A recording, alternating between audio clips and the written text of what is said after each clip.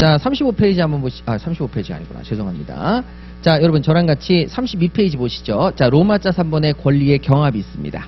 자, 권리의 경합은 어디만 체크하시면 되냐면 32페이지 전부 다 체크하실 필요 없으시고 33페이지도 전부 체크하실 필요가 없습니다. 3번의 효과 거기에다가 별표를 놓으시고 요거는 3번의 효과입니다. 33페이지 맨 밑에 3번의 효과. 자, 요건 별표 놓으시고 2차에서 쓰셔야 됩니다. 2차에서. 그런데 여러분 2차에서 지금 교재에 써 있는 것처럼 상세히 쓰잖아요. 그럼 여러분들 욕 태바가지로 먹습니다. 여러분 그래서 2차에서 답안지를 쓰실 때는 딱 두 단어만 쓰시면 됩니다. 경합. 경합이라는 단어만 쓰시면 돼요. 근데 경합이라는 단어가 뭔지를 아셔야 되니까 저랑 같이 그 경합의 단어를 확인해 볼게요. 자, 첫 번째 보십니다. 자, 판서노트는 몇 페이지지? 그럼 판서노트는 이제 7페이지입니다. 보시죠. 자, 길을 가다가 교통사고를 당합니다. 자, 길을 가다가 뭐 당했다고요? 교통사고. 자, 교통사고를 당했으면 당연히 불법행위 손해배상이 생겨요, 안 생겨요? 생기죠. 자, 그런데 여러분 권리가 두 개 생겨요? 하나만 생겨요? 하나만 생기죠. 불법행위 손해배상밖에 없습니다. 그런데 택시를 타고 가다가 교통사고를 당하면 그때는 여러분 주장할 수 있는 권리가 하나만 생겨요? 두 개가 생겨요? 두 개가 생깁니다. 하나는 뭐냐면 자, 몸을 다쳤으니까 당연히 뭐를 청구할 수 있습니까? 불법행위 손해배상을 청구할 수가 있습니다. 그런데 택시 운전기사하고 저는 채권 채무 계약을 맺었습니까? 안 맺었습니까? 맺었죠. 목적지까지 안전하게 데려다 주기로 서로 계약을 체결했습니까? 안 했습니까? 했지요. 근데 여러분 목적지까지 제대로 갔습니까? 중간에 못 갔습니까? 못 갔죠. 안전하게 갔습니까? 다쳤습니까? 다쳤죠. 그럼 채무자가 채무를 제대로 이행했습니까? 이행하지 못했습니까? 못했죠. 그러면 채무 불이행이라고 합니다. 채무를 제대로 이행하지 못한 거죠. 그런데 여러분 여기서 그냥 길을 가다 교통사고를 당했으면 운전수하고 나 사이에 계약이 있었어요? 없었어요? 없었죠. 그런데 지금 택시를 타고 가다가 교통사고를 당하면 택시 운전기사가 나한테 채무를 제대로 이행했다, 이행하지 못했다? 이행하지 못했습니다. 그래서 우리 민법에 손해배상은 두 가지가 있는데 무슨 손해배상? 불법행위 손해배상. 무슨 손해배상? 채무불이행 손해배상 두 가지가 있습니다. 자, 그러면 여기는 권리가 하나 생겼어요? 두 개 생겼어요? 두 개 생겼죠. 그러면 사건은 몇 개였습니까? 한 개. 그러면 여기서 제가 여기 계신 분의 뺨을 찰싹 때렸다. 그러면 채무불이행 손해배상과 불법행위 손해배상이 생기겠죠. 그러면 이분은 권리를 하나 가지고 있습니까? 두 개 이상 가지고 있습니까? 두 개 이상 가지고 있는데 자, 이분이 저한테 손해배상을 청구해서 2천만 원 받아가셨어요. 채무불이행 손해배상을 선택하셔서 2천만 원을 가져가셨습니다. 그러면 피해 금액이 2천만 원인데 2천만 원 다 가져가셨죠. 그럼 이 권리를 행사할 필요가 있습니까? 이 권리는 사라지겠습니까? 사라집니다. 근데 채무불이행 손해배상을 청구해서 1,500만 원만 가져갔습니다. 지금 목적을 달성했어요? 못했어요? 못했죠. 그러면 이 권리가 사라지겠습니까? 이 권리가 안 사라지겠습니까? 안 사라지고 이 권리를 행사해서 나머지 얼마를 받아갈 수 있다? 500만 원 받아갈 수 있습니다. 그래서 권리의 경합은 어느 때 쓴다? 나한테 생긴 권리가 하나일 때 쓴다? 두 개 이상일 때 쓴다? 두 개 이상. 그런데 권리를 통해서 권리를 행사해서 목적을 달성하면 다른 권리는 사라진다, 안 사라진다? 사라진다. 목적을 달성하지 못하면 사라진다, 안 사라진다? 안 사라진다. 이게 포인트입니다. 자, 그래서 경합이라는 단어를 쓸 땐 이런 단어로 쓴다라고 얘기하시면 되죠. 자, 우측에 3번, 33페이지 3번을 보세요. 자, 양가로 기억, 제목에 밑줄 그으시면 됩니다. 뭐부터 먼저 행사해야 됩니까? 어느 거든 선택적으로 행사 가능합니까? 선택적으로 행사 가능합니다. 자, 그 다음에 양가로 니은, 목적 달성 시 다른 권리가 뭐합니까? 소멸합니다. 그래서 우측에 하나의 권리 행사로 목적을 달성하면 2천만 원 받아가면 나머지 권리는 자동적으로 소멸한다. 그 옆에 슬래시 그으시고 하나의 권리 행사로 목적을 달성하지 못하면 1,500밖에 못 가져가면 나머지 권리 행사로 목적을 달성할 수가 있다. 자, 이럴 경우에 우린 무슨 단어를 쓴다? 경합. 그러면 여러분 나한테 권리가 두 개 이상 생기면 무조건 권리가 뭐 한다고 써야 된다? 답안지에 경합한다라고 써야 된다. 나한테 권리가 하나가 아니라 두 개 이상이 생겼다. 그러면 답안지는 반드시 권리가 뭐 한다고 끝내야 된다? 경합한다라고 끝내셔야 됩니다. 답안지를 쓰실 때. 그러면 그 뜻은 나만 알고 있는 거지 제발 교수님한테 그 뜻을 쓰지 마세요. 교수님이 화냅니다. 내가 그 뜻을 모를 것 같냐? 왜 이거 쓰냐? 이렇게 되니까 점수 안 줍니다. 자, 34페이지는 여러분 X. 자, X 치시고 자, 35페이지로 갈게요. 자, 35페이지 가시게 되면 자, 여기 여러분 재밌는 거 하나 보여드릴게요. 여러분 여기 한번 보시죠. 자, 여러분들의 아버지가 요렇게 자, 바구니를 들고 계십니다. 자, 이 바구니를 들고 계시는데 이 바구니가 권리와 의무를 담을 수 있는 바구니입니다. 자, 그럼 사람이라면 권리와 의무를 담을 수 있는 바구니가 생겨요. 그럼 거기 뭐가 있느냐? 권리 파란색, 복권, 채권, 자동차, 주택 이런 것들을 가지고 계십니다. 대신에 채무도 가지고 계시죠. 체납도 있으시고 대출도 받으셨어요. 자, 그런데 아버님이 돌아가시게 되면 바구니가 뭐예요? 사라집니다. 그러면 그 밑에서 있는 자식이 뭘 그걸 다 받아야 안 받아요? 다 받습니다. 이걸 우리 뭐라고 하죠? 상속이라고 합니다. 상속. 그러면 상속인이 그 밑에 있다가 아버지가 떨어지는 걸 다 받는다 안 받는다? 다 받아요. 빚이라고 안 받는다? 빚도 받는다? 빚도 다 받아요. 이걸 포괄승계라고 합니다. 자, 그러면 여러분 저랑 같이 35페이지 보세요. 자, 로마자 3번 권리의 변경이죠. 자, 양가로 찍으십니다. 35페이지 보시죠. 자, 로마자 3번 권리의 변경, 포괄승계 밑줄 그으시죠. 포괄승계는 하나의 취득 원인에 의해서 여러 개의 권리가 일괄해서 취득되는 것이 있습니다. 상속입니다. 자, 그리고 난 다음에 여러분 요것도 이제 보여드릴게요. 자, 요것도 여러분, 자, 저랑 같이 한번 보시죠. 자, 요거는 여러분 우리 시험 범위를 벗어나긴 하는데 여러분들이 아셔야 됩니다. 자, 소유권이 있습니다. 여러분 소유권이 있을 때 여러분들의 소유권은 두 가지 형태로 사용이 가능합니다. 자, 여러분들이 핸드폰이 있다고 쳐요. 핸드폰이 있으면 여러분 핸드폰 통화하는데 쓸 수 있어요 없어요? 있죠? 자, 이것을 우리 뭐라고 하냐면 사용하고 수익한다고 합니다. 그런데 핸드폰을 가지고 전당포에 맡겨서 대출 받을 수 있어요 없어요? 있죠? 그거 뭐 그렇게 하잖아요.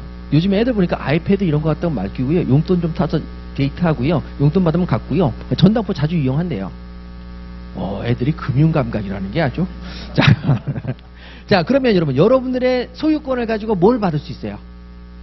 대출을 받을 수 있죠. 자, 대출을 할 때, 제가 2차 때 여러분 같이 연결이 되는 건데, 여러분, 대출을 받으면 뭔가 책임질 만한 걸 맡겨야 돼요, 안 맡겨야 돼요? 맡겨야 되죠. 핸드폰을 맡겼죠. 이게 맡긴다라는 게 뭐예요? 담보예요, 담보. 자, 우리 2차 때 담보 책임, 매도인의 담보 책임 했죠. 자, 담보라는 뜻이 뭐다? 떠맡다.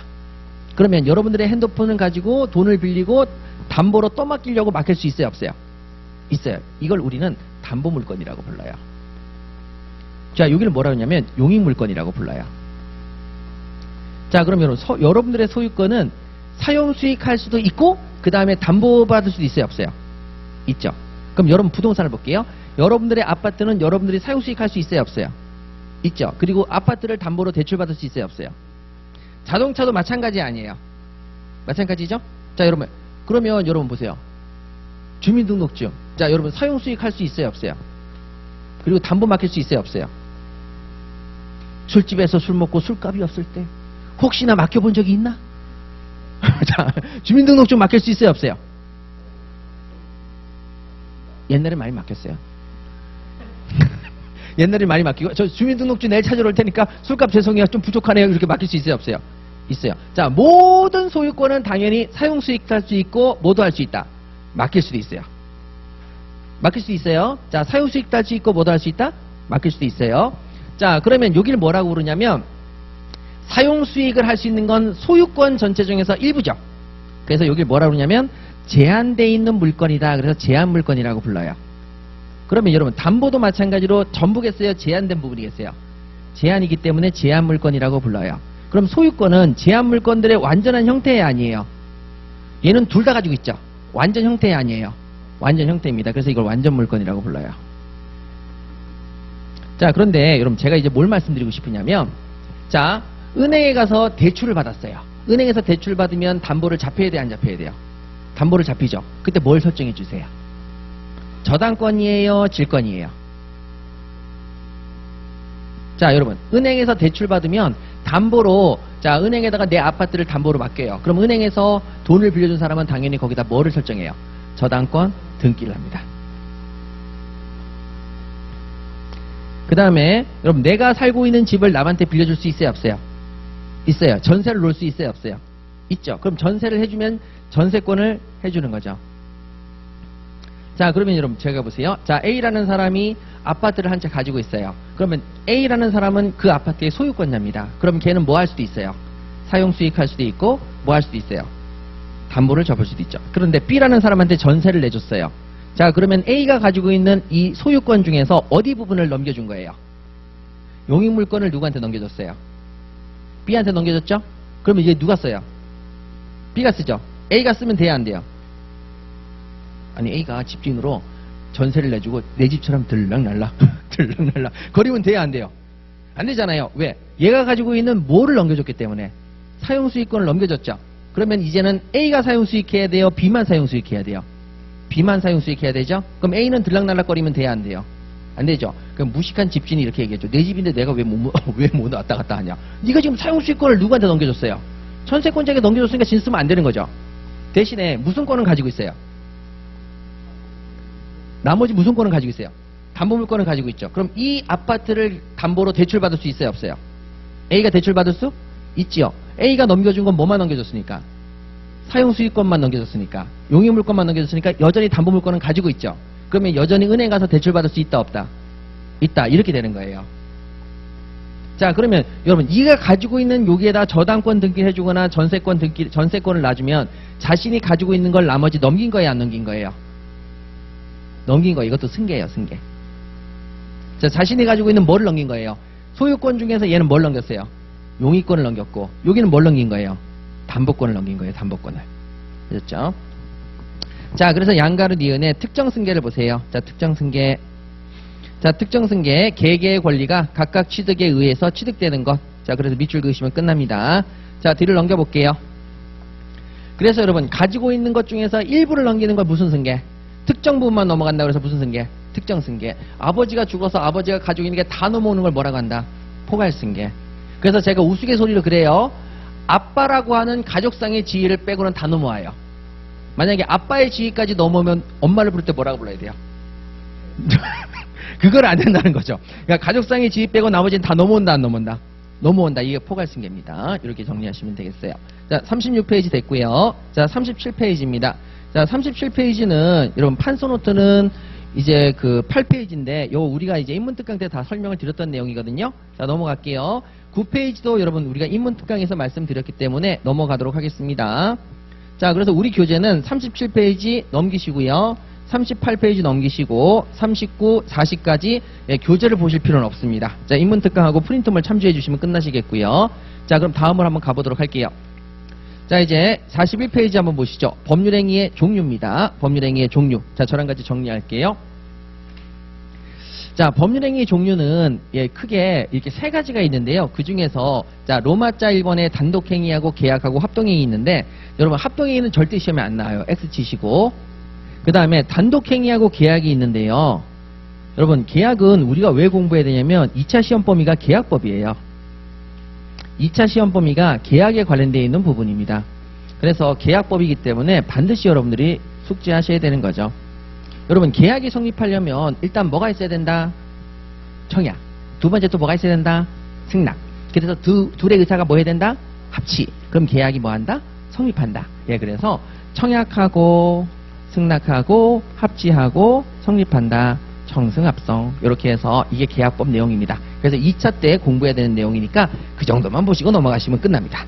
자, 그러면 여러분 저랑 같이 이제 41페이지 단독행위는 1차에서 시험에 나오니까 요건 1차를 여러분 1차니까 별표 하나 치시고 자, 올해 시험에 대비하시도록 하죠. 자, 단독행위입니다. 여러분 이게 단독행위는 그러면 혼자서 중얼중얼 거리는 거겠죠? 자, 그럼 사직서를 낼 때 상대방의 승낙이 있어야만 사직이 됩니까? 나 혼자 하면 됩니까? 계약입니까? 안 그러면 혼자 단독행위를 하면 끝납니까? 사직할게요. 하고 그러면 끝납니까? 상대방이 승낙해야 됩니까? 여러분 사직하고 명예퇴직이 다릅니다. 명예퇴직은 나 혼자 결정합니까? 명예퇴직 신청을 받습니까? 신청을 받아서 뭐예요? 청약을 해요. 나 명예퇴직 하고 싶어요. 그럼 상대방이 300명 명예퇴직인데 3,000명이 지원했으면 거기서 뭐예요? 승낙을 해요. 그건 계약이에요. 근데 사직서는 혼자 내는 거야, 안 내는 거예요? 혼자 내고 나가면 끝나는 거예요. 이건 단독행위예요, 사직서는. 그러니까 사직서하고 명예퇴직이 다른데, 자, 그건 시험에 안 나오니까 너무 신경 쓰지 마시고. 자, 단독행위는 혼자 하는 겁니다, 혼자. 자, 그러면 저랑 같이 단독행위를 볼게요. 자, 단독행위는 다시 두 가지로 나눠집니다. 자, 저랑 같이 그거 정리할게요. 그 밑에 표만 정리하시면 돼요. 상대방 있는 단독행위에 잇 동그라미 치십니다. 잇. 상대방 있는 단독행위. 그 다음에 상대방 없는 단독행위, 목차에 업 동그라미 치세요. 여러분 상대방이 없는 단독행위하고 상대방이 있는 단독행위가 있습니다. 자, 그럼 볼게요. 상대방이 없는 단독행위하고 상대방이 있는 단독행위는 두 문자만 외우시면 되는데 왜 그런지만 설명을 드릴게요. 차이점이 있는지. 여러분 사직서는 내 품 안에서 내가 써놓기만 하면 효력이 생깁니까? 상대방한테 보여줘야 됩니까? 보여줘야 되죠. 그럼 유언서는 보여줘야 됩니까? 쓰기만 하면 효력이 생깁니까? 그렇죠. 그게 차이점입니다. 상대방이 없는 단독행위는 보여주지 않아도 효력이 생기는 거고, 상대방이 있는 단독행위는 나 혼자 생각하면 된다, 보여줘야 된다. 보여줘야지만 효력이 생깁니다. 만약에 사직서가 상대방이 없는 단독행위라면 내 주머니에 들고 다니는 순간 바로 효력이 생겨야 되는 거죠. 근데 유언은 보여주지 않아도 효력이 생기는데 사직서는 보여주지 않으면 효력이 생겨 안 생겨요? 안 생깁니다. 그래서 상대방이 없는 단독행위하고 상대방이 있는 단독행위는 나 혼자 의사표시를 했는데 상대방에게 알려야만 효력이 생기는 게 상대방이 있는 이고, 상대방에게 알리지 않아도 효력이 생기는 게 상대방이 없는 입니다. 자, 그러면 여러분 상대방이 있는 단독행위, 상대방이 없는 단독행위가 있는데 없는 단독행위를 외우시는 게 포인트가 되겠습니다. 자, 상대방이 없는 단독행위 많겠어요, 적겠어요? 적어요. 적죠. 그러니까 여러분 이 경우는 꼭 외워야 된다, 안 외워야 된다? 외워야 되겠습니다. 자, 보시죠. 상대방이 없는 단독행위 보세요. 재단법인 설립행위. 자, 제 동그라미를 치시죠. 제가 행정사를 위한 수험생을 위한 재단법인을 설립하고 싶습니다. 여러분들한테 얘기해야만 재단법인이 설립됩니까? 혼자서 그냥 하면 됩니까? 혼자서 하면 되죠. 자, 그 다음에 소유권의 포기. 자, 소유권의 포기에 포 동그라미를 치십니다.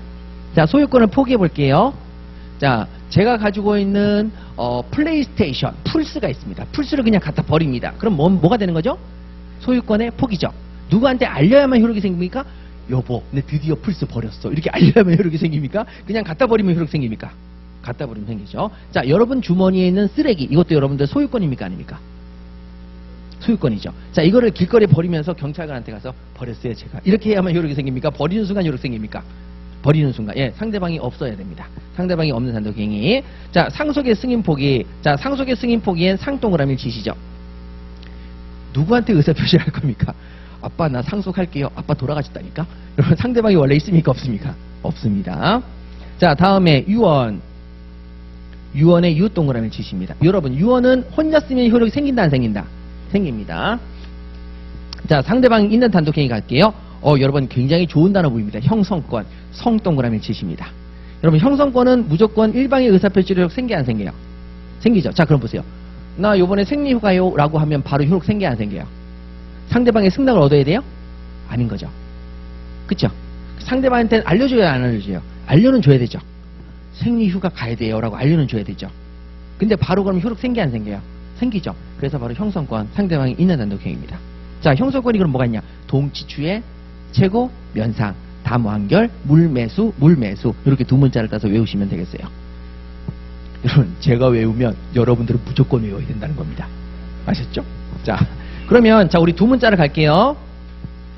아이고 요번에 쟤는 포상을 받아? 아이고 쟤 요번에 포상이 아이고 자 쟤는 요번에 포상이 아유 쟤는 이번에 포상이 없슈. 자 뭐라고요? 쟤 포상 없슈. 그렇게 하니까 아니야 이성.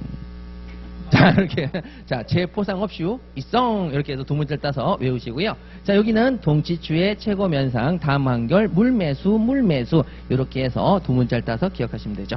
자 다시 한번 제 포상 없슈 아니야 이성 이렇게 두 문자를 따서 외워주시면 되겠습니다. 자 나머지 시험에 나올 만한 내용이 없네요. 42페이지까지 다 지워주시죠. 자 43페이지로 휙 넘어가 보실까요? 자 43페이지 자, 법률행위 해석 들어가도록 할게요. 자, 이제 법률행위 해석을 잠깐 보실 건데요. 여러분, 자, 법률행위 해석이라는 게 특별한 건 아닙니다. 여러분, 이거 지워도 되겠죠? 제 포상 없슈, 이성, 이렇게 두 문자를 따서 기억하시면 되고요. 자, 이제 법률행위 해석을 들어갈게요. 자, 우리가 법률행위 해석을 할 때 해석이 깔끔하게 떨어지는지 한번 보세요. 제가 이분한테 아이스크림을 사오라고 부탁을 하면서 신용카드를 드렸습니다. 자, 그러면 아이스크림 사오세요 라고 하니까 네, 자, 우리 같이 먹자고 아이스크림을 사왔어요. 제 의사표시가 명확합니까? 명확하지 않습니까? 예, 명확하지 않습니다. 그래서 이제 저랑 같이 그걸 보셔야 돼요. 자, 제가 아이스크림을 사오라 그랬는데 무슨 아이스크림? 베스킨라빈스? 하겐다즈? 1+1? 콘? 바? 모르죠. 자, 명확해요? 명확하지 않아요? 명확하지 않아요. 자, 그러면 여러분 이분은 지금 제가 신용카드를 주면서 아이스크림 사오라고 하면 스스로 해석을 하겠어요, 안 하겠어요? 이 아이스크림 무슨 아이스크림인가? 일단 신라호텔 한번 가보자. 자, 신라호텔에서 저기 그 망고 아이스크림 4만 원짜리를 인원수대로 사온 거죠. 자, 그러면 여러분 이건 아이스크림 사오라 해서 사왔다 이렇게 얘기할 수 있어요, 없어요? 이분은 그렇게 해석했잖아요. 그럼 나는 당연히 밑에 편의점에 가서 1+1을 사올 거리 이렇게 생각했단 말이죠. 자, 그러면 해석이 다를 수 있어요, 없어요? 있죠. 그럼 분쟁이 생겼어요, 안 생겼어요? 생겼죠. 그럼 최종적으로 누가 이걸 해석해서 결론을 내려줘야 돼요? 법원에서 해야 되는 거죠. 분쟁이 생겼으면 뭐에 의해서? 법원에 의해서 해결할 수밖에 없는 거죠. 자, 맞죠? 자, 그러면 법관이 해석을 할 때, 자, 그럼 최종적인 해석권은 항상 누구한테 있다? 법관. 분쟁이 생겼을 때 최종적인 해석은 누구한테 맡긴다? 법관한테 맡겨요. 그럼 법관이 저한테 이제 이분을 불러다 놓고 저를 불러다 놓고 해석을 하겠죠. 자, 그럼 해석을 할 때 둘의 진심을 따지겠어요?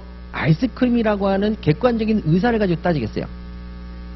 객관적인 의사를 가지고 따지겠죠. 그럼 여러분 상식적으로 사회통념상 생각했을 때 과연 그 아이스크림이 신라호텔에 4만 원짜리 망고 아이스크림이겠느냐라는 거죠.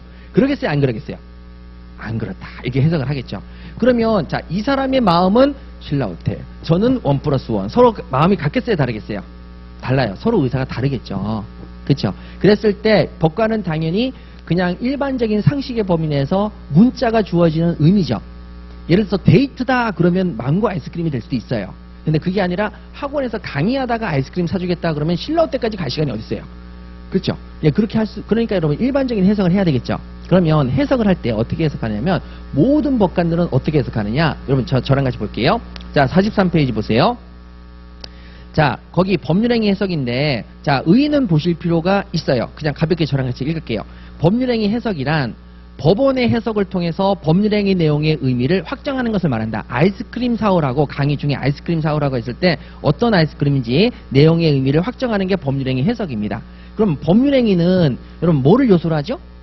의사표시를 요소로 하죠. 그럼 법률행위 해석이라는 건 결론적으로 뭘 해석하는 거예요?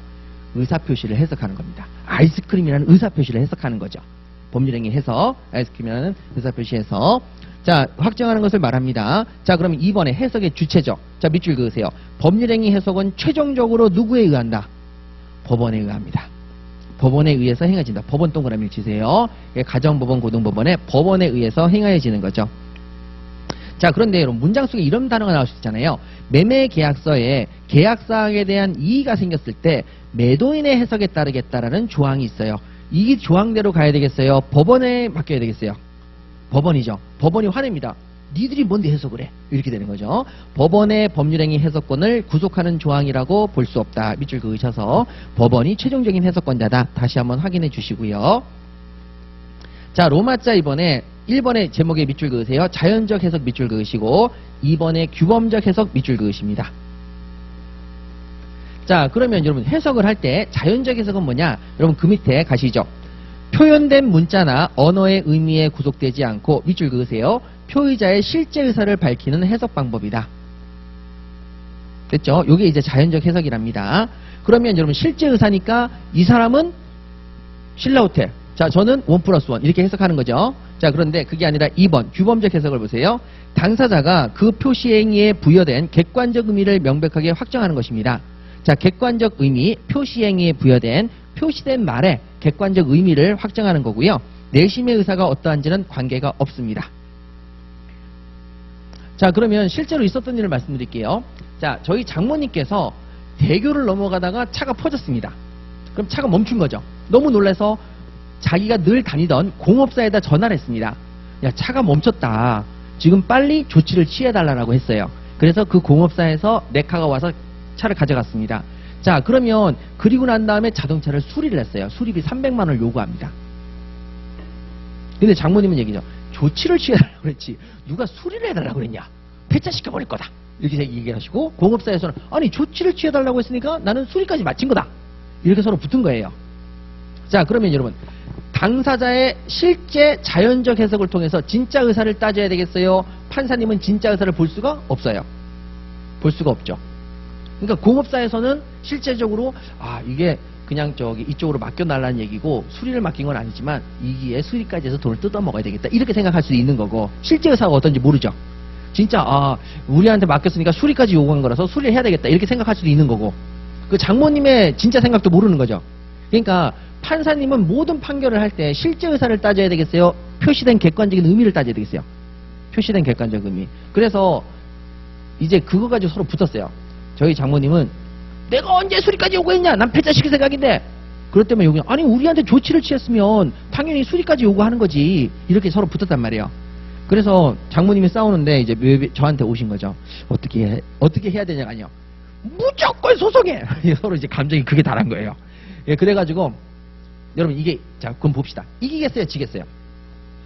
예, 이게 여러분 딱 느낌이 오죠? 이 객관적인 의미를 보면 공업사한테 왜 맡겼겠어요? 수리해달라고 맡겼지. 집니다 라고 얘기를 한 거예요. 그때만 장모님이 그래도 이길 수 있어! 말도 안 돼! 막 그러면서 이제 소송을 걸었어요. 그 제가 아는 변호사한테 하니까 변호사가 질 건데 왜 소송을 거냐. 이거는 지금 감정의 문제다. 이제 무조건 일단 싸워야 된다. 그래서 이제 했어요. 아니다니까 졌죠.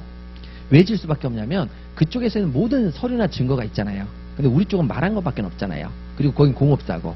여러분 객관적 의미로 판단해야 되겠죠. 판사님도 여러분들도. 자, 그래서 졌어요. 그래가지고 장모님이 항소가자! 이런 거예요.